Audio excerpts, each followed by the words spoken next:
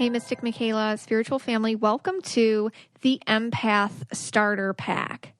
Do you find yourself unsure of what you want in life? Are you constantly feeling like you accommodate, validate, and celebrate others, but they never seem to notice you, thank you, or celebrate you? Do you find yourself filling the role of helper, counselor, friend, listener, shoulder to cry on? Have you felt your entire life you're totally different than everyone else?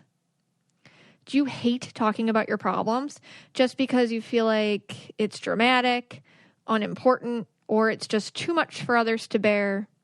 These are all symptoms of being an unaware empath.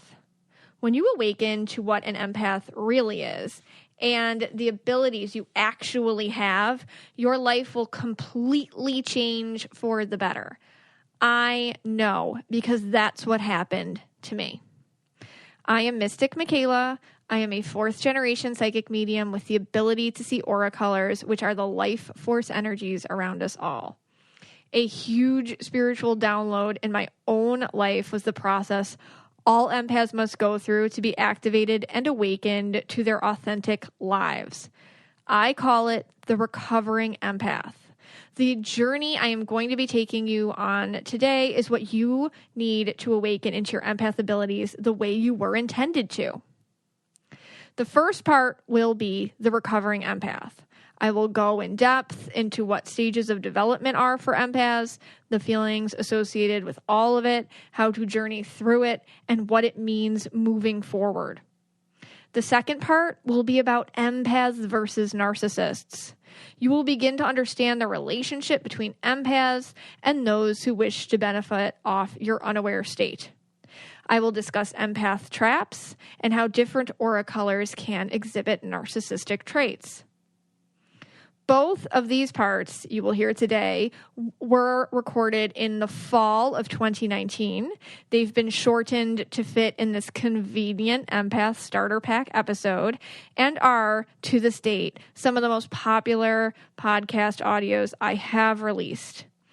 Please, I ask you to share with those in your life you feel need to get an empath starter kit to awaken into their special powers as an empath and take back the control in their own lives. Let's begin with part 1 right after a note from one of our lovely sponsors. I have a really easy and wonderful stocking stuffer for all of you. It's She's Birdie. Whether it's taking a walk around your neighborhood, running errands, or venturing out on your own, you always want to feel safe. And with Birdie, you can keep doing what you love with that added peace of mind. Because Birdie is a personal safety alarm. It's designed to be easy to carry and simple to use. I got one for myself. I got one for my daughter. I got one for my neighbor. I'm going to be getting more for some other people in my life. They come in all sorts of wonderful colors. I like to pick people's aura colors to gift their She's Birdie too. But there's so much to choose from, you won't have a problem with that. When you activate your Birdie with a quick pull, the alarm will emit a loud 130 decibel siren and flashing strobe light to help deter an attack. Unlike pepper spray or other deterrents, Birdie is no danger to you. You can feel confident to use it without any worry. Birdie goes wherever you go. The alarm comes in multiple colors and has a brass keychain so you can attach it to your keys or bag or sports bra if you like to run or whatever. Over 300,000 Birdie alarms have been sold, and they have thousands of 5-star reviews, so join the flock today for a safer tomorrow. Right now, She's Birdie is offering our listeners 15% off your first purchase when you go to shesbirdie.com/KYA.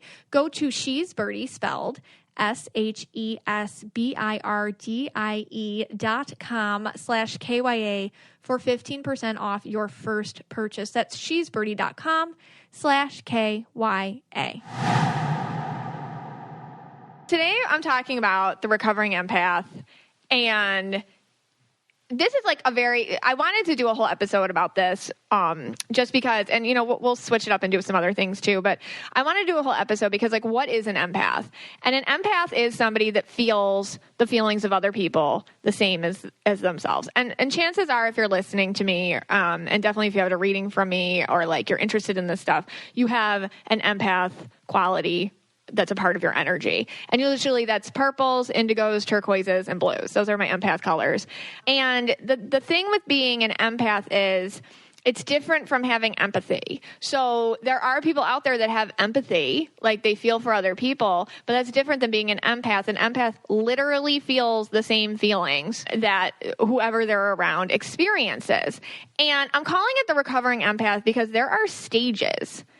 There are stages in empath development.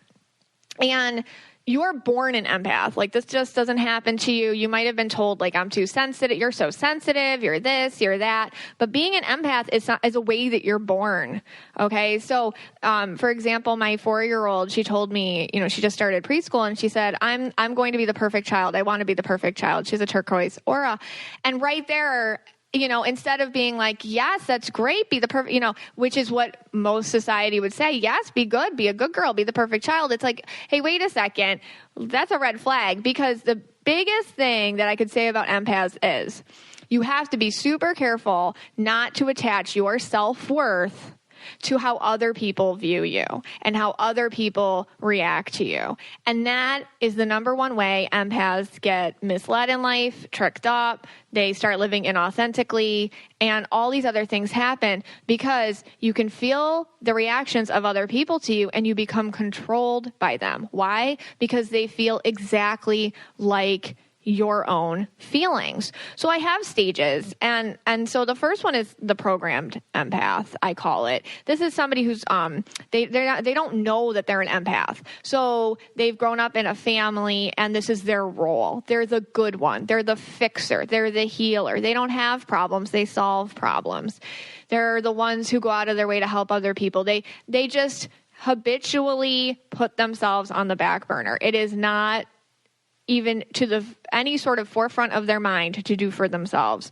The programmed empath, unless they are told or they are awakened or they are some sort of catalyst happens in some way where they realize they have this power. Because being an empath, it's a sixth sense. It's the same as seeing or touching or feeling or anything like that. It is a sixth sense. I say it all the time, like it's like smelling. You can't turn it off. And if you're around somebody who's smelly, you smell that. It's the same thing if you're around somebody who's grumpy. Like, you're going to start feeling grumpy. If you don't know that's not you, you might think it is you. So the programmed empath is a sponge. They're a total sponge to all the people around them. And it's hard for a programmed empath, especially a programmed empath, without the self-awareness that they're holding of this gift, that it is very common for them to lose sight of who they are, what they want to do, and anything past pleasing others. So they can become pleasers.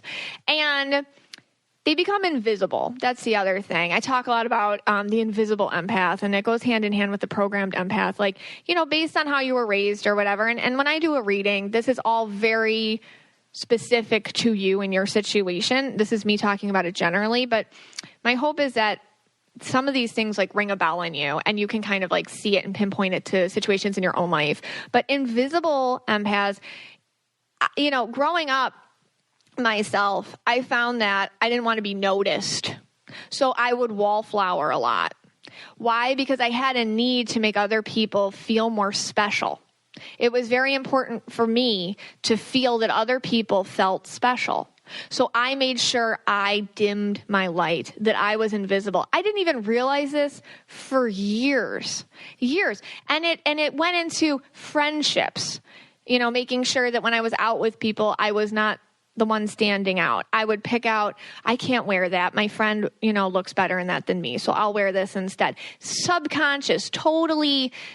It's sad and pathetic looking back, but those are things that, even when I say sad and pathetic, like, I've had to move past that and be like, it's okay, I wasn't aware. And that was just me trying to get my self-worth through making other people feeling good. I call that borrowing emotion, borrowing happiness from other people, borrowing their satisfaction. And also the programming told me that their happiness and their satisfaction was more important than my own. Therefore, I did good today. Therefore, that's where my self-worth comes from. So this is a cycle that people get stuck in. And I see a lot of people who aren't aware that they're doing this, and they feel like this is their life just constantly doing for others, and they have a numb feeling to their own spiritual connection and what they want to do for themselves. Once you figure it out, like whatever that is, whatever that moment is. My good girlfriend, she's a teacher. She teaches young children. And she joined my Mystic Michaela spiritual family page. Like, okay, I'll join it, whatever. And she came up to me, and we don't really talk about this stuff so much, but she came up to me because I know we're in a different context because we both are moms to kids that play together. So it's like a different context for me versus my psychic lady context. And she came up to me and she's like, I didn't know there was a word for what I was. I really just thought I was just too sensitive. I didn't realize there was a word for this, and it's called empath. And that made my heart feel so full because that's what Spirit wants you to know. This is a power that you have, and this is something that needs to be seen and cultivated and validated for you. Once you figure it out, and sometimes you can get really angry because you can look back and you can be like, hey, wait a second. I have all these people around me that basically drain me, or, I have a role that benefits them instead of myself. And you can get very angry, and angry empaths are a thing. And anger isn't the worst thing because sometimes it's a breakthrough emotion. Anger is a secondary emotion. It really just covers up fear or sadness or shame or you wasted time or whatever. But anger is sometimes necessary to break through a wall. And you got to move past, I'll see people stuck with the angry thing, and then they feel victimized. And that's right there, the anger and the victimization stage of being a recovering empath is where your ego can really trip you up. The ego is the part of our human brain and has a very noble purpose. It's to keep us alive. And how it does that is to make us avoid change. So when you are angry and you feel victimized, and you have a right to feel these things because, people have been using you, and you have been drained and depleted, and people were thinking about themselves. And actually there were people in your lives that, you're there to serve them, and it's not the other way around. But once you realize this, you have to realize okay, but I attracted them because what did it do for me? Because at that time, my agreement was my self-worth was only dependent on other people's viewpoints of me. I was borrowing their satisfaction for what I was doing for them. That's where my self-worth was coming from instead of spirit, my connection with self, etc. So you have to take responsibility. That moves you through that angry and victimized empath stage where a lot of people get tripped up. When you get tripped up by your ego, there's a lot of things that can happen here. This is where I see people getting angry at other people. I can see some empaths getting stuck and then they get angry. When success happens for someone else or when things happen for other people, they're like, why me? Why doesn't this happen to me? What's going on? Why I always get dumped on? I always this, I always that. And you got to watch it there. And we've all gone through it in our recovering process. We've all gone through it. And it's not a stage that ever goes away either. You'll get tripped back up and go back to that anger or victimized stage every once in a while. And it's something that you have to just be very self-aware with and very hard on yourself with. Okay, the way that Spirit communicates with you is very truthfully. And if you just give it and deliver it lovingly to yourself, you can move through this stage to the next one, which is more self-aware. And that's what I'm talking about, being mindful and being self-aware, understanding that this is a sixth sense, that you do feel other people the same as yourself. You'll never be able to turn that off. That is something that will always be a part of every experience you ever have. And it's also important to remember that you are responsible for the people that you bring into your own life. And that right there, when you realize you have control, some people like that and some people don't. Because that means when you take personal responsibility, you got to be real honest with yourself. And some people don't like to be honest with themselves.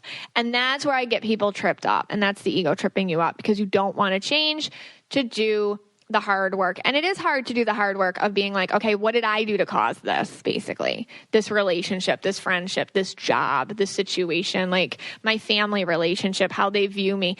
And that's when boundaries are set. And you'll see when you set boundaries, notice who has an issue with you with it, and notice who's supportive. The supportive people, they're not invested. Anybody who sees you growing in a healthy way should be supportive. If they're not, if they start saying, oh, you've changed or this or that, that's a red flag. Because when somebody doesn't respect a boundary of yours or they test it, or they go after it, or they start accusing you of things, ask yourself this question: why are they trying to control me?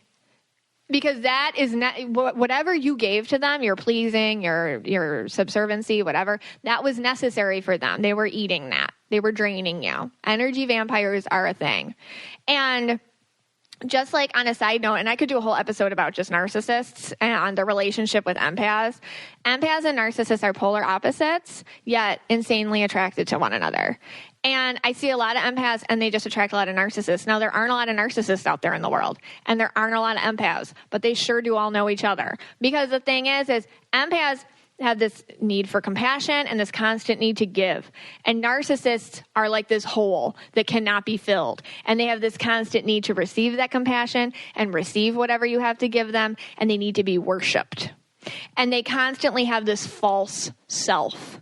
I'm this, I'm that, and they need the empath to support that. Because the empath will borrow their reality, feel what they need, and construct it for them. So narcissists really can't have a relationship with anybody except empaths who are unaware.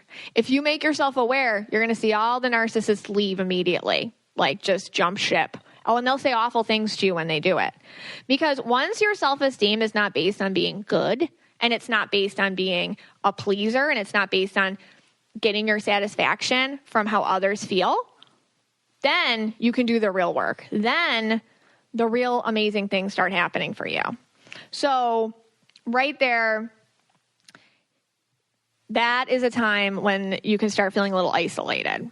So there is a stage in empath recovery that involves a lot of isolation, where it's like, you know what, I don't trust myself to bring in good people anymore. I feel like I always bring in this. See, I say this all the time. We don't recreate what's good for us. We recreate what's normal for us. Think about that.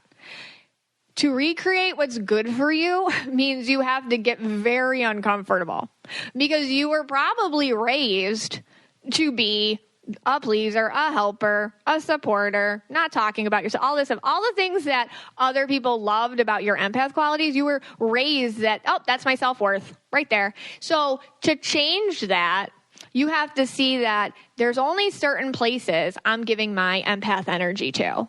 And those are places that will pay it forward with gratitude, things like that. So I see a lot of happy empaths working with the innocents, children, the elderly, those animals, people in crisis, rescue efforts, like all these things. I'll see empaths working for, and all they get, and this was what truly fills an empath's heart, is like a smile. Like if I see, just because the Bahamas are on my mind, and there's a lot of news down here of everybody going over, and helping out in the Bahamas and stuff. And just these people just like, here's water, here's money, here's a blanket. Like just the joy on these and relief from these people's faces that somebody saw them and cared about them and wanted them to have comfort. That feeds the empath right there. So it's like finding the right places to put that energy, because they say empaths do God's work. So they want to feel other people's glow. They want to feel that light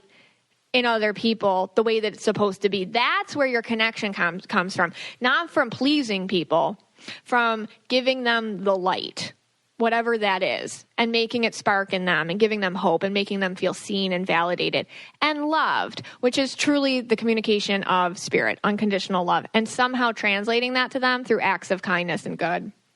So as you're healing, so isolation is a thing. It can be hard to trust yourself again.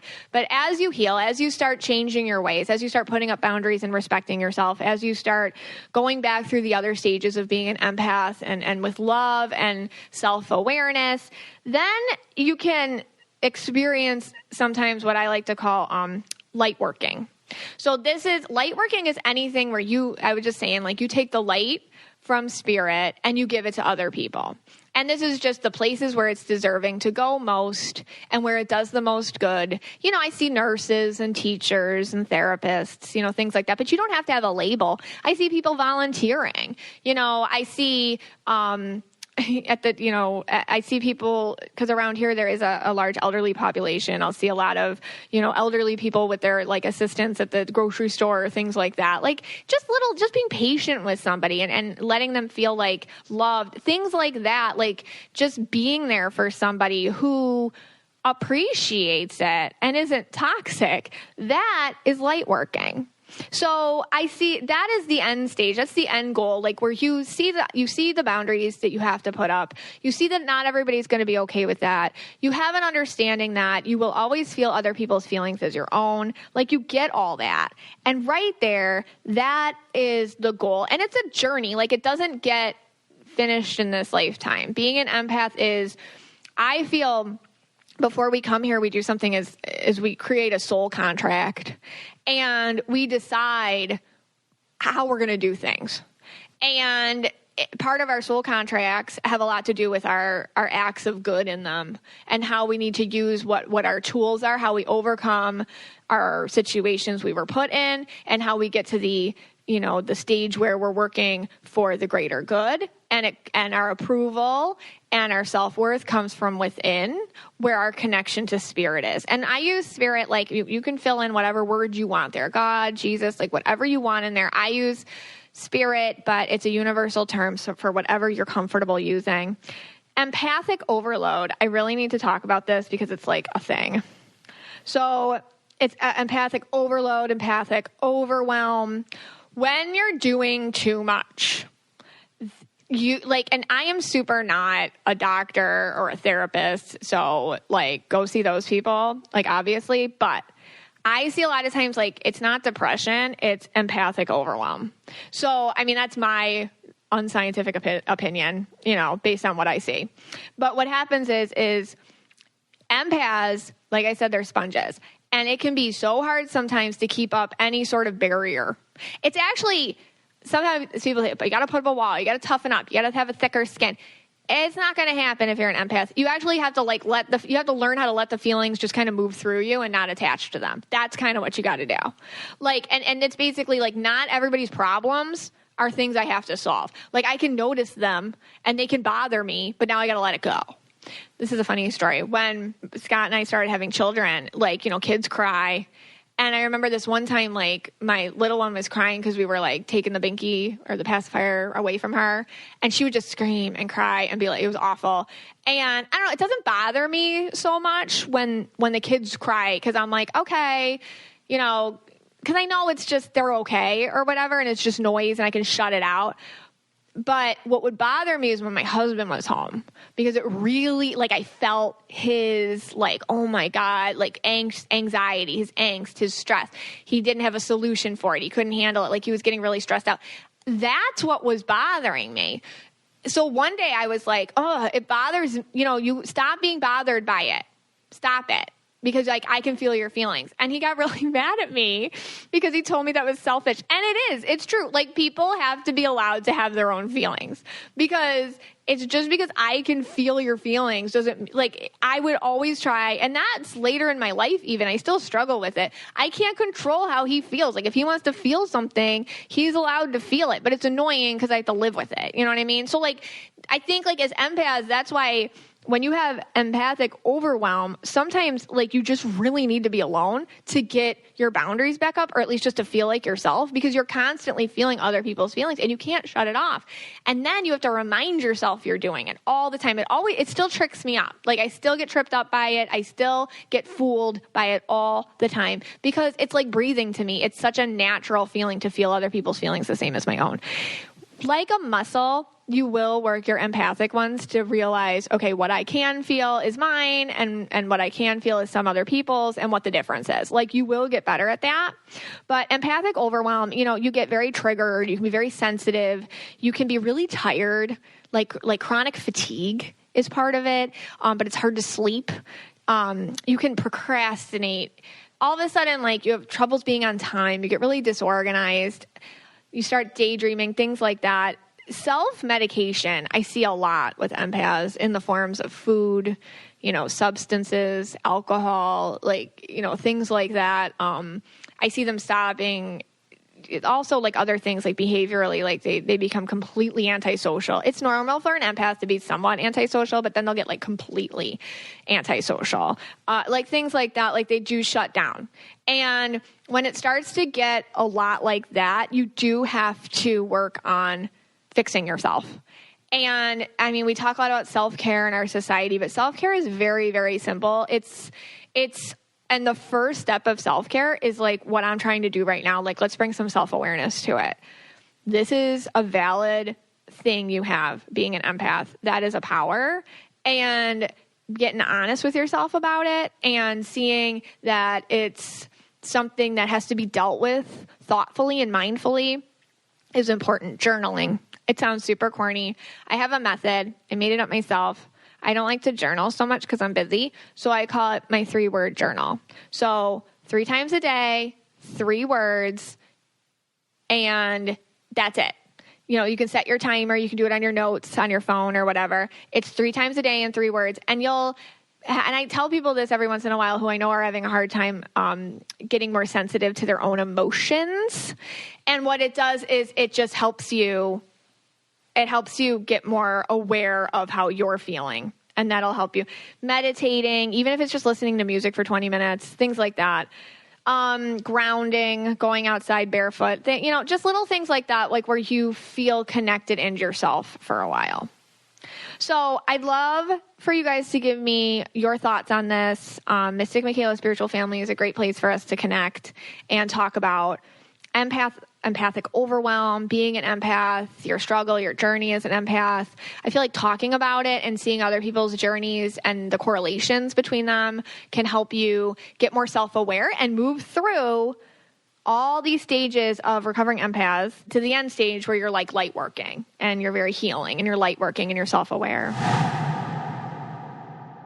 The Recovering Empath by far was the most powerful spiritual download I have ever had. The stages of the Recovering Empath have helped many of my clients reach their full potential in their lives. It's a process which is constantly worked on and ongoing, but it is worth it. But now, it's important as we move forward to discuss the people, relationships, and situations in your life which may be a result of your unaware empath state. Narcissists and those who act narcissistic are the ones I am talking about. I am in no way a professional or a doctor or a psychologist, but energetically speaking, from the thousands of readings I have done and also from my own life, I have seen a direct correlation between those who are narcissistic and those who take on those types of tendencies flocking toward unaware empaths. Because you understand now that you can feel others' feelings as your own, and at times that you have given passes to others' actions because you were programmed to only listen to the unhealed and broken parts of them, you have put up with probably way more than you should in your life, way more than other people do. The path to recognizing toxic people in your life and then creating boundaries without guilt can only begin when you recognize what types of people these are and what roles they used to fill for you, which as you grow, you won't need them to fill anymore. So are there people in your life who you are terrified to disappoint, who seem to always be testing you, who seem to create scenarios in which you feel set up or doomed to be the bad guy? Do you feel like you live in someone else's narrative where the only control you have is the part they tell you to play? Do you fear someone's emotional reactions, that you are being misinterpreted, and that you feel the need to either be invisible or on the defense at all times? Are you scared of being the bad guy in someone else's story, and they have the power to tell you who you are? This could be someone in your life who needs you to be an unaware empath in order to stay close to them. And part 2 is going to talk about all of this. Before we delve into part 2, Empath versus Narcissist, let's chat about some of our lovely sponsors. Every Friday, I get extremely excited. Why? Because Ana Luisa releases their new collection of jewelry, added to their already amazing selection of what they always have available. Ana Luisa has such wonderful pieces. I mean, they're dainty, they're chic, they're everyday, they're timeless. They're conscious luxury. You can wear them to the interview you have to go to. You can wear them to the grocery store. They're affordable, but they're super quality. They're long lasting and they're versatile. I just selected the Miche necklace. Oh my gosh, it's gold with a beautiful green aventurine stone. I have my eyes on the Celeste earrings. I feel like I'm going to be picking them up pretty soon. I just keep looking at them. I can't stop looking. The thing with their pieces is that you can get a beautiful stacked look. Everything goes together. You're not just getting jewelry, you're getting a collection. You're getting a look. You can pair it with your own pieces. It just kind of works all over the place. It's very versatile. The pieces are really perfect gifts for everybody on your list, a friend, a partner, a sister-in-law, your kid, your niece, whatever.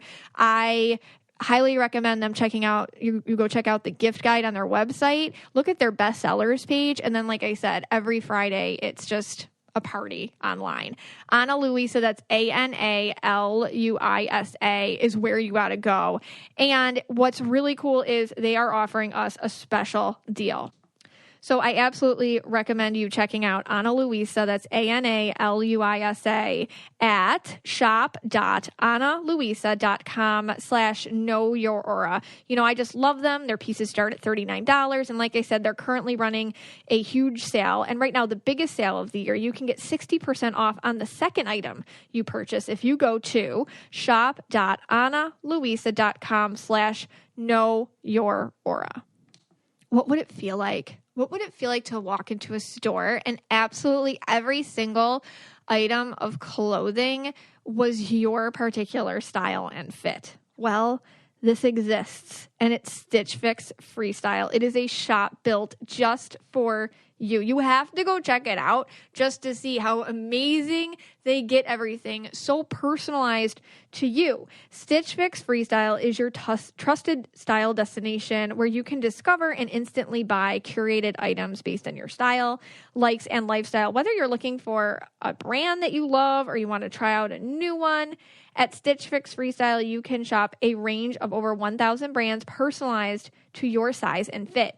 With styles for workouts to workwear, for lounging around the house or a night out on the town, Stitch Fix Freestyle has clothes for any occasion. Plus, there's no subscription required, and they offer free shipping, returns, and exchanges. So get started today. Go fill out your style quiz at stitchfix.com/KYA. That's stitchfix.com/KYA to try Stitch Fix Freestyle. You got to see the store they build for you. It's pretty cool.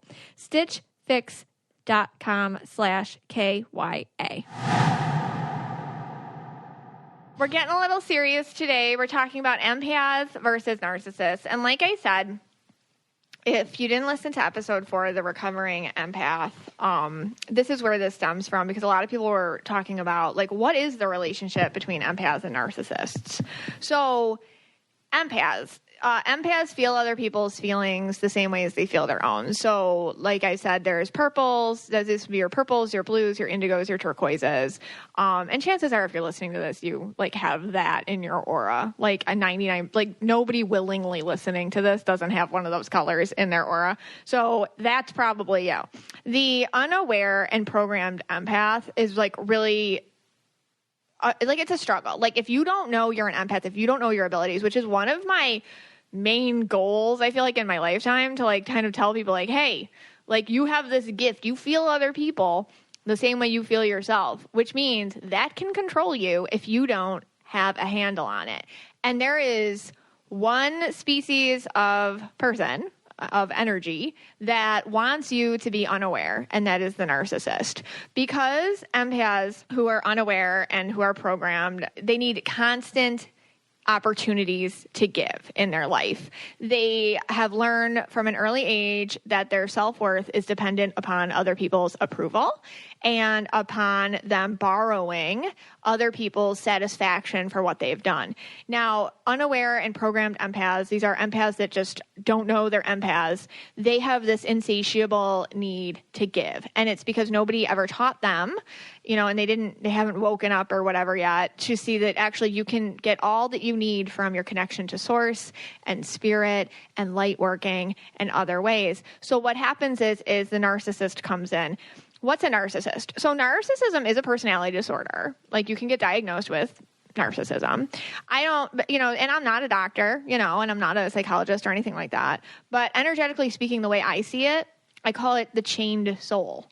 Like, people ask me, like, do they have black auras? Like, what are they? It's like, no, they are people who have chosen to basically take their soul and put it away for this lifetime. And we all go through moments, all of us, like, where sometimes we aren't operating from our soul place, our place of soul.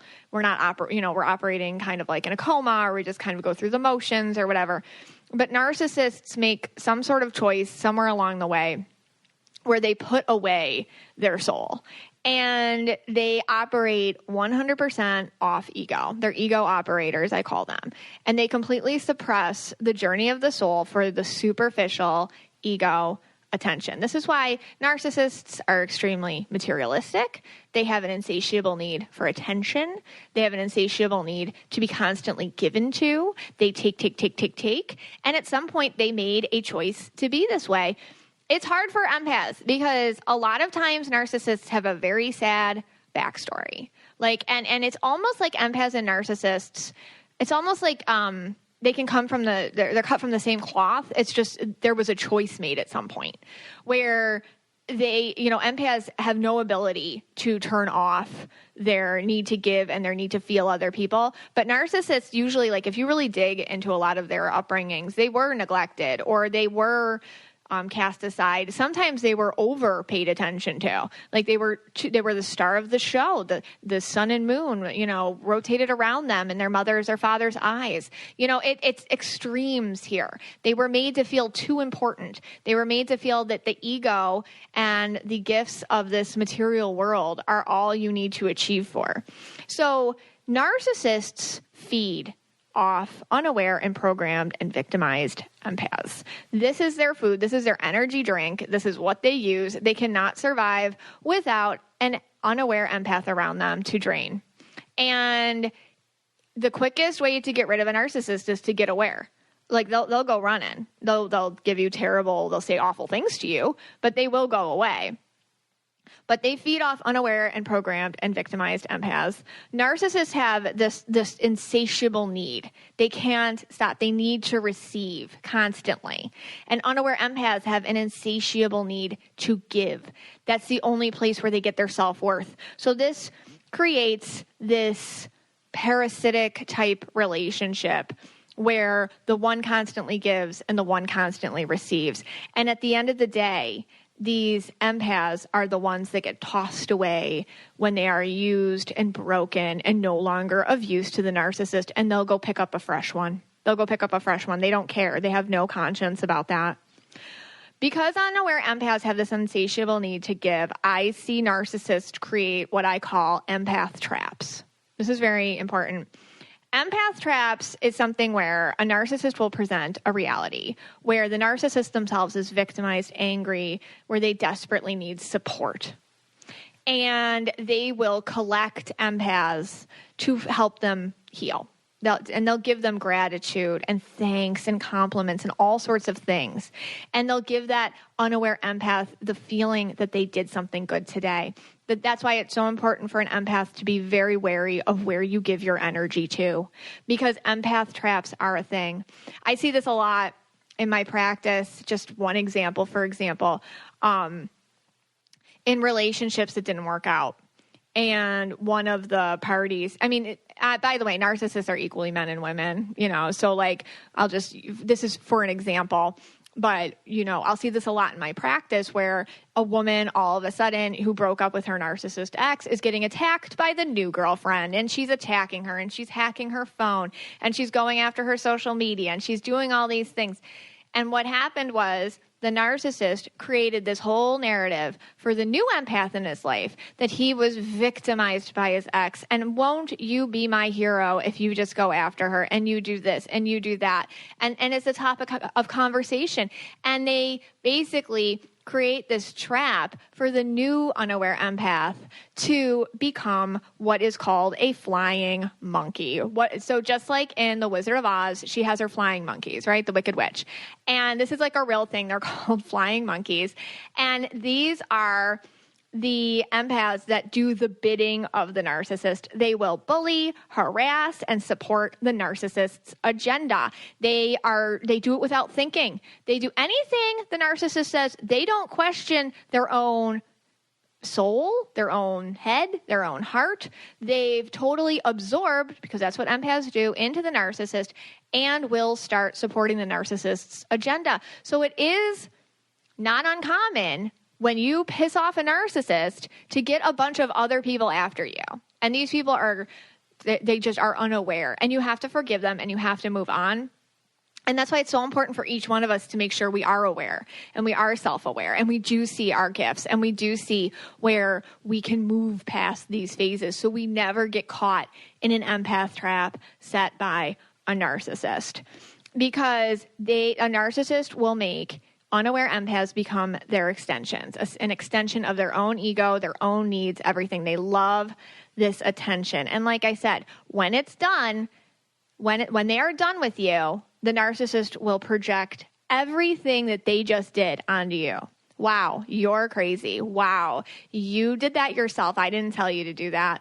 Wow, you are absolutely out of your mind. And they just throw you away. And it's very easy to become defensive and all these things. But truly, the more aware you get, the more you step away, the better it is. And that's the whole point of understanding what the narcissist needs you for. They're predators. You know, if you think about like a lion, the lion probably knows more about the antelope than the antelope knows about the antelope. Okay. Like the narcissist knows all about the empath. They know what you like. They know what you need to hear. They are very intuitive that way. They know their prey. They know exactly what you need. And the thing is they'll build you up. And they'll make you feel so good, and they will make you feel like so special, like you're actually making a difference for them. But then that's like a honeymoon period, and it slowly disintegrates. And then all of a sudden, like, you become wrong somehow. And if your behavior changes, if you just change a little bit, we could go back to the way it was. This is your fault that I'm being mean to you, the narcissist will tell you. This is your fault I'm talking to you this way, that I'm withholding, that our life is this way. This is your fault I cheated on you. This is your fault that we can't have a relationship. Everything's your fault. That's what the narcissist will tell you. There is no personal responsibility. They will hold gratitude, attention, and praise just above your head, and they just want you to keep reaching for it. I call it the stage, okay? If you think about it like the, awards, like when you were a kid, you know, there's a certain amount of things you can do to get the award, right? And the narcissist builds the stage, and the narcissist creates the criteria for the award, and they tell you that you can walk across that stage and get that award. And the thing is they keep changing the terms on you, and you never quite get there. You never quite get there. And you're going to start getting compared to other people. How other people, I wish my so-and-so's daughter, she does this for her mother. Wow, that's really nice. What a great daughter she is. Things like that, especially, we can talk about it in relationships. We can talk about it in family members, like narcissistic mothers, narcissistic fathers. The other thing is like pitting siblings against each other. Now I go into narcissistic families. There's only one relationship you're allowed to have, you and the narcissist.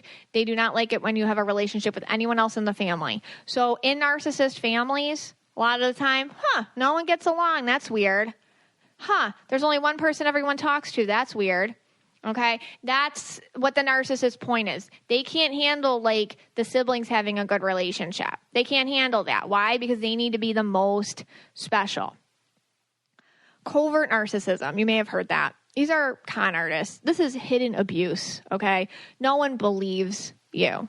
No one believes you. They isolate you. I see this a lot in family situations with narcissistic parents.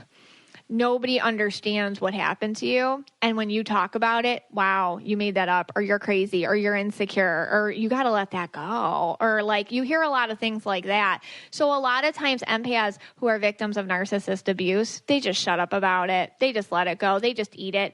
And a big thing I see empaths do when dealing with narcissism, because there's this thing called responsibility. personal responsibility and the narcissist refuses to hold it. And what do empaths do? They absorb everything. Empaths will absorb the personal responsibility of the narcissist. So that turns into shame. That turns into low self-esteem. That turns into actually agreeing with such a low self-worth that that's the only love you can know.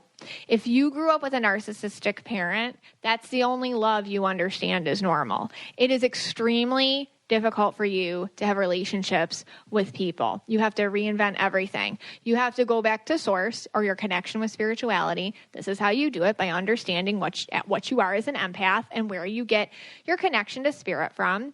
That's where you go. That's where you go back to. That's your center. And then you start inviting people into your life that reflect that. Other narcissist common terms, because this is what's going to happen when you start separating from narcissists, when you start standing in your truth, when you start becoming self-aware. You're going to get gaslighting.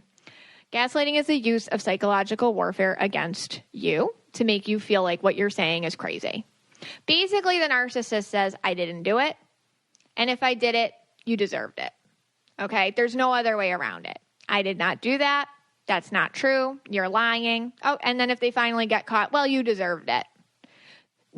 There's deflection, constant. Projecting. If you get accused of something by a narcissist, they just told you what they're doing, okay? You're cheating on me. You're doing, okay, go check his phone because he's the one probably doing that to you, okay? Like this constant projecting, you don't love me. You don't, that's always the basis of it. You don't love me. And they're telling you how they feel, okay? Projecting is all they can do. It's constant. They will put anything they have, because they can't hold it, onto you because you absorb it. Notice that. Anything a narcissist tells you, you can't trust it. You have to take it. You got to look at it separate from yourself, and you have to really consider the source and what it means.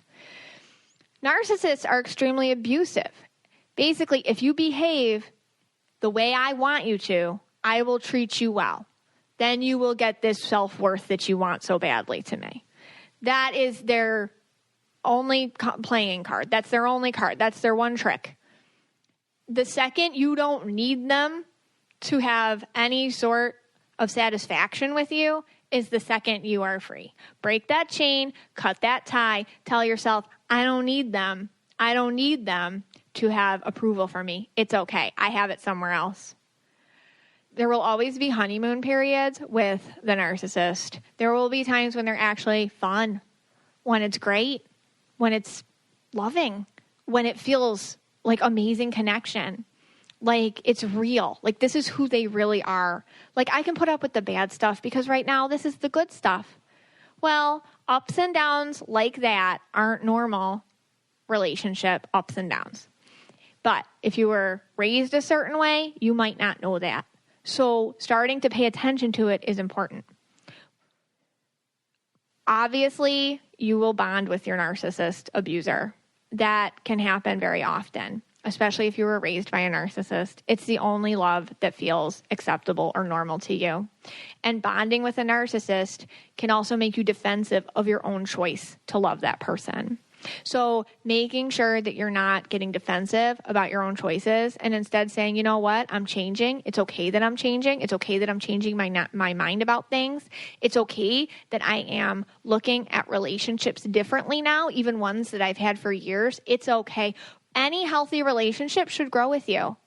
Any healthy friendship, relationship, family relationship, it needs to grow with you. It is extremely hard to get a narcissist out of your life, okay?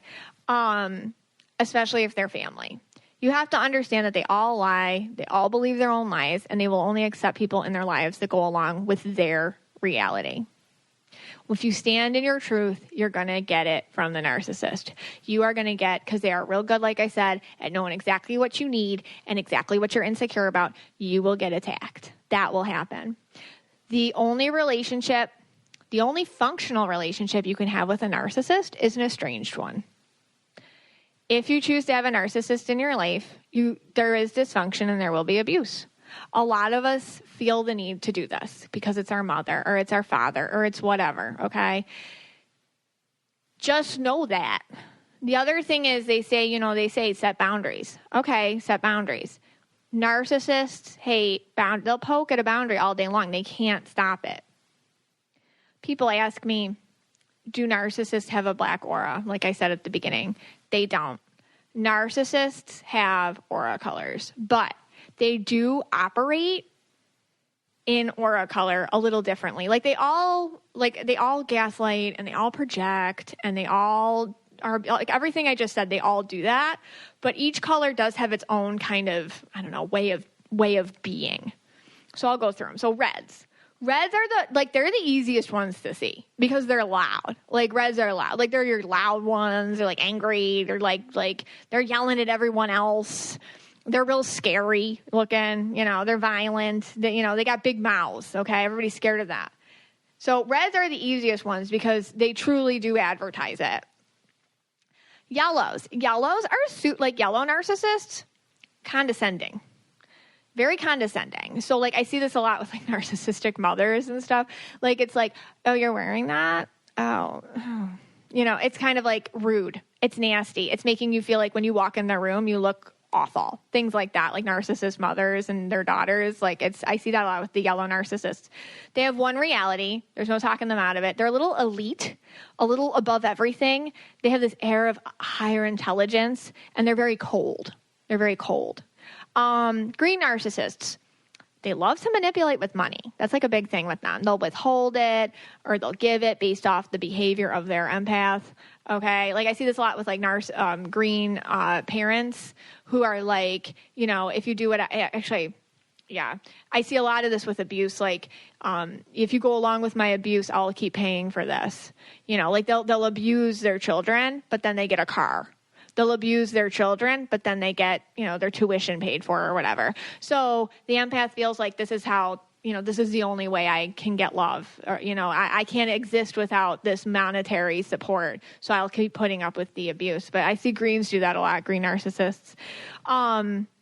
They're robotic. They will estrange you out of their life. They will cut you out. They will cut you out of their life. Whereas other narcissists will try to poke their way back in here and there. A green is really good at cutting you out. But they're scary because greens are really good with the legal system. So whenever I see a green and there's a custody situation or something like that, this is where it gets frightening because they're so smart, greens, naturally, that a green narcissist can convince a court of things and stuff and get away with a lot because they're very calculated and systematic that way. They're con artists, but very believable. Purples are manipulative. They have high interpersonal intelligence because of their intuition. Purples, I say this all the time. Just because someone's intuitive does not mean they have your best interest at heart, okay? Purple narcissists are still intuitive. They know things about you. And you're wow, that's crazy. How'd you know that? I feel so connected to you. Well, they're using it, okay? They're using it to manipulate you. They're going to blow it up in your face later. So you got to be careful. They play others off one another. They're believable. They use that intuition to trap you, divulge information, then use it against you. So be careful who you tell things to, because that's what purples do. They get you to get all vulnerable and then they use it later. Blues. The blue narcissist if the red is the easiest to spot, the blue narcissist is the toughest to spot. Blue narcissists are victims. They are fragile and weak and defensive. They're sad. They have health issues. If you're mean to them, all of a sudden their heart hurts. Ooh, you're hurting me. Anything you do hurts them terribly. Everyone in their circle thinks you're evil, okay? Because how could you hurt this defenseless person?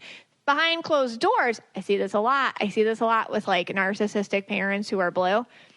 They beat the crap out of their kids or something like that. Nobody believes that. No. The children of the blue narcissist, I often see this is a no-win situation. I'm a bad person. It must be true because everybody else sees something different than what I was raised with. Blue narcissists are the toughest to spot. They act so weak all the time. Boundaries. They say, build boundaries. And you do. You have to build boundaries. But a narcissist will attack your boundary. They'll ridicule it. They'll test it. They'll beat on it. That's just get ready for that. Like if you build a boundary, I mean, walking away, I say, block someone, get rid of them, walk away. It's okay to do it. You're not a bad person for walking away from abuse. Lastly, I want to talk about something I call energy mirrors. Usually you have one formative narcissist in your life, okay? Even if you deal with them or put up a boundary or walk away from them, they will show back up. They'll show back up in the form of other people. And I call those energy mirrors. They will be all of a sudden a friend who wants to do something with you. Somebody who comes on real strong out of nowhere, okay? There'll be a relationship. There'll be a coworker. There'll be your boss. Energy mirrors. And that's where you have to deal with the deep down, hardcore, broken parts of you that have to do with taking satisfaction from pleasing other people and moving that to center to source, to lightworking, to helping people who help you back, to helping people who need it and deserve it and pay it forward. Like I talked in episode 4 about lightworking, helping the ones who are vulnerable. That is where you will do best with your rechanneling of your empath energy so that narcissists, who will always be attracted to you, will understand pretty quickly that they can't control you. And that is empaths versus narcissists. And I'm very interested in any of your feedback on this, comments, stories. It's something that it's almost shameful, I feel like, for a lot of empaths to talk about, how they were taken advantage of by narcissists, how they were doormatted by narcissists, like a doormatted. I made that up, like that. So I want to hear what you have to say. I really hope that this Empath Starter Kit has awakened you to your own power. There is so much beauty in each and every one of you. It's important to take it and spread it to the places and people who are worthy of it. I want you to know that taking back your energy is not selfish. It's what you are meant to do. Spirit did not create you to waste your gifts and your good intentions on people who aren't going to pay it forward.